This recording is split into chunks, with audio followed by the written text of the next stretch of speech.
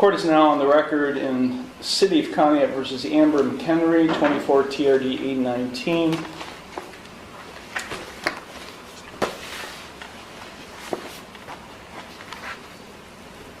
Ms. McHenry entered no plea to charges of no operator's license and expired plates, each of which is a minor misdemeanor, on December 17th, 2024.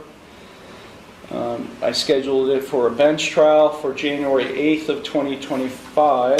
Ms. McHenry was given notice of that bench trial. I have a signed receipt in the file showing she got notice of that bench trial. Present on January 8th, 2025 was the law director along with a police officer.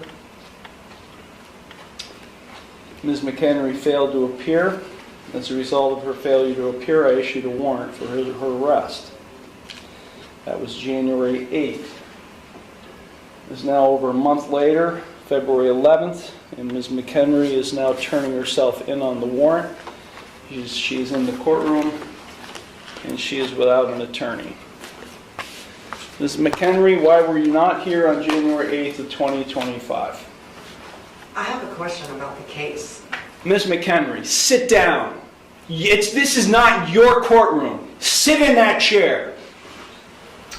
I have a question about the case. That's not the case number that I had. Yes, it is, Ms. McHenry. You've got other cases pending that are set for jury trial. The original case number that I had was like TDR, like 0800 something. And 24 TRD 819. 819. Okay. I was just double checking on the case number. Can you repeat your question then? No. Why were you not here on January 8th? I put in an appearance and it was rejected and struck from the record, and I was sent a letter saying that I am not who I said I was. So I have a question about that because I don't understand. This is not a discussion here. This is not a conversation. I ask a question, you respond to my question. Now, this is typical behavior for you because you're a sovereign citizen. At least you claim to be. I've never claimed that. Well, your documentation that you file, including the one you filed today that did not have a correct caption or case number on it, is indicative of that.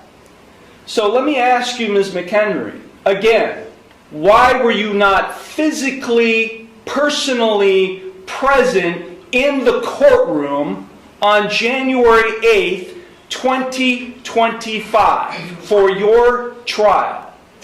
I need the oath and bonds to be put for each person acting as a public official in this case who is acting as a public servant to be put on the record. And I also require the indemnity bond, and I'm going to require the other bonds. I need the accounting. Please, for the record, let it be known that you exited. I did. I exited the courtroom and asked a police officer, probation officer. Who has the indemnity bond? Where is the bill of particulars? The bond is being, the warrant is being executed. You're being taken into custody. Take her down to the jail now. I was not given the warrant. Take her down to the jail now. Why am I being arrested? Take her down to the jail. What crime have I committed? The hearing begins with what appears to be a routine traffic case, but it quickly turns into a tense courtroom confrontation.